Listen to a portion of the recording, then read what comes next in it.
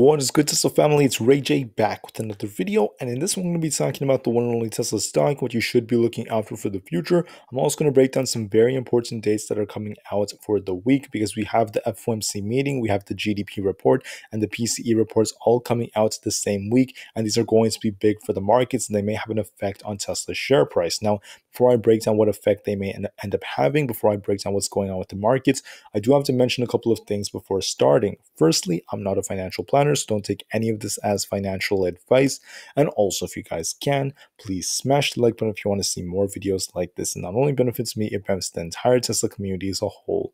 And the last things, if you guys can, please check out the Webull link down below and in the description. If you sign up for Webull, the link down below, and deposit any amount of money into the account, you're guaranteed up to 6 free stocks, each worth up to $3,500. And you could always sell these 6 free stocks for cash and use that cash to buy some Tesla shares. This is a limited time offer. It ends in just 2 days. Check it out before they run out. With that out of the way, let's get on with the video. So I am recording this about 20 minutes before the market closes for Friday. And as of right now, Tesla's holding up kind of like okay. We're barely like in the green, just kind of flat.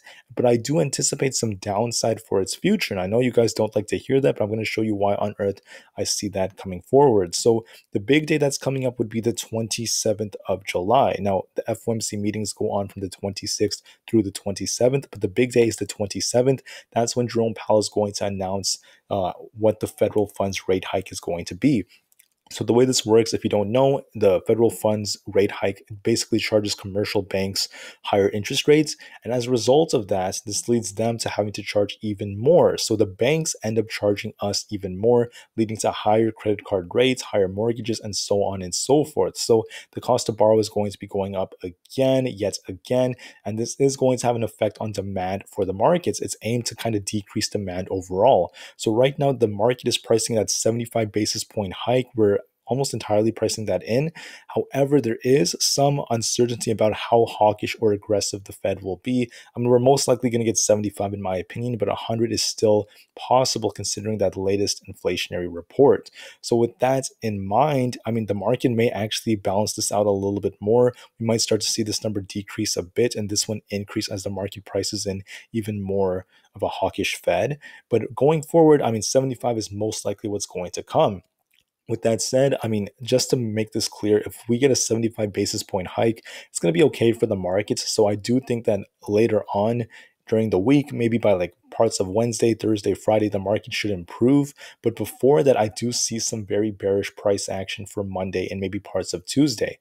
Now, if the Fed kind of surprises us and they give us 100 basis points for the hike, which I think is very unlikely, but if they do, the market's most likely going to take a hit because of that. Now, don't look at that as a bad thing. That would basically mean that the market would essentially take more damage for the short term, but for the long term, we would get a faster recovery as the Fed would be even more aggressive. Now, many people from the Fed have mentioned that they're not sure if this move would be even good for everyday Americans, for our economy, which is why they do seem more inclined for that 75 basis point hike. And I do think that's very likely. Now, another big thing to be talking about is the GDP report.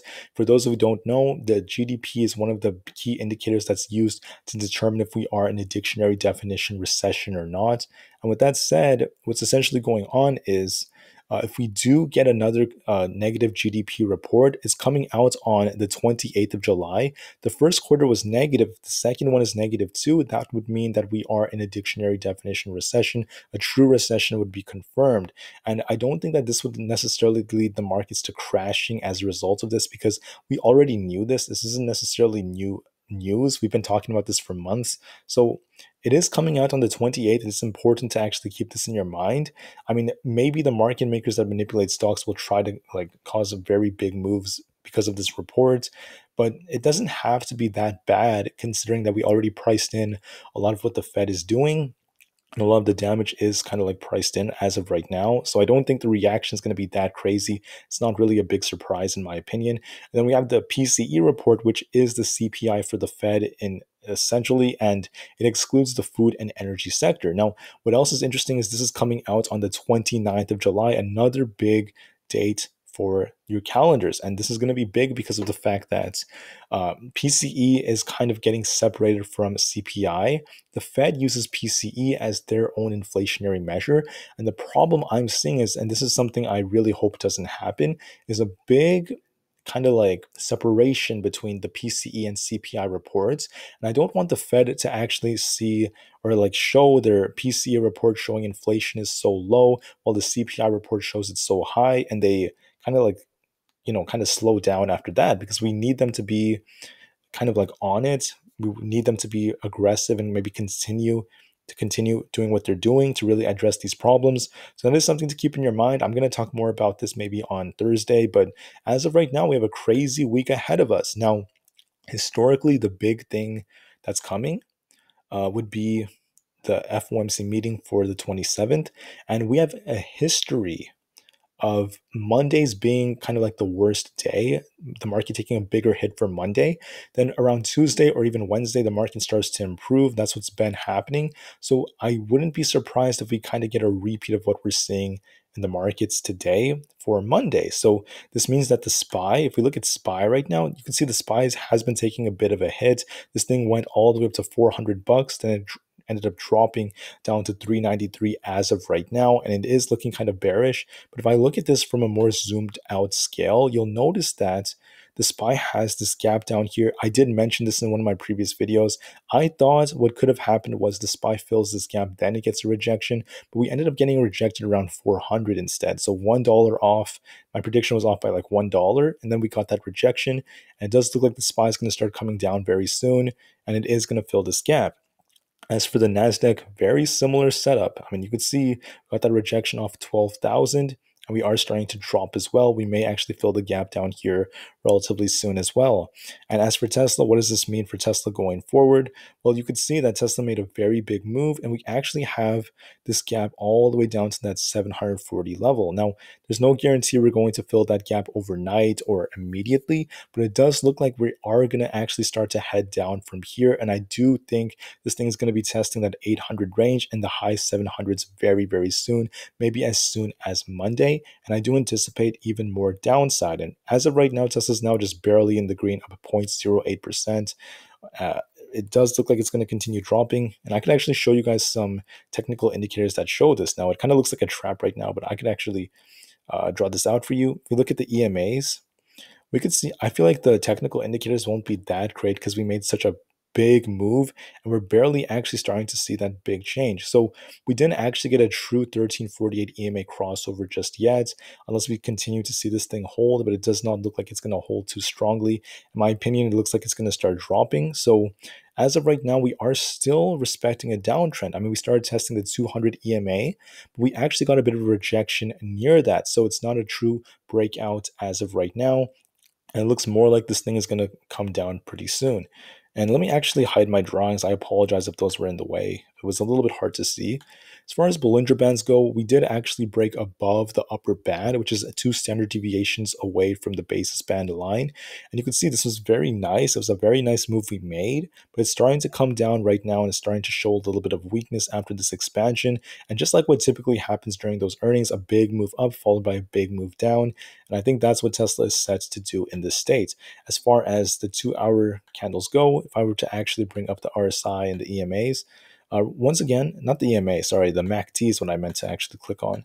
What we could see is right now there's this correlation between the RSI and Tesla's chart. So there isn't necessarily that divergence right now. And this is just completely normal. We're going to see strength maybe starting to decrease. This is just another bearish indication. And we're starting to see this curl from the MACD, which is probably going to get a crossover from the signal line very soon, showing bearish momentum once again. So many technical indicators are suggesting, or they're making it seem like Tesla is going to drop in the near-term future, and that's also correlated with what on earth the events are going on in the markets.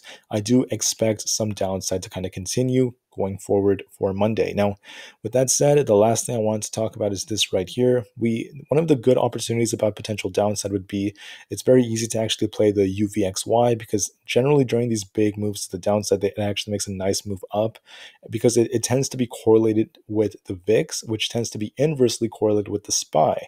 So it's not always perfect right? It's not always perfect, but what tends to happen is the SPY and the market tend to drop when, and this thing is going to actually push up a little bit. It tends to do that. It tends to actually push up when the market drops. So this is a good opportunity to buy those calls or do whatever you want to do. Uh, I just want to put that out there that you could actually make money off calls for different plays during a downturn in the markets.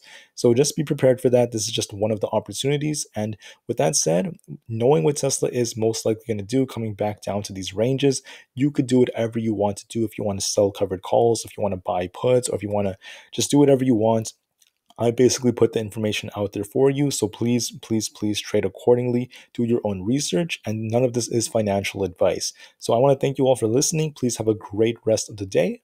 The overall volume, and I forgot to mention this, hold on. The volume for Tesla was very nice improvement, but it's starting to decrease too. So once again, the same thing that happens when this thing does start to drop. Anyways, the short term, yes, Tesla's probably going to drop.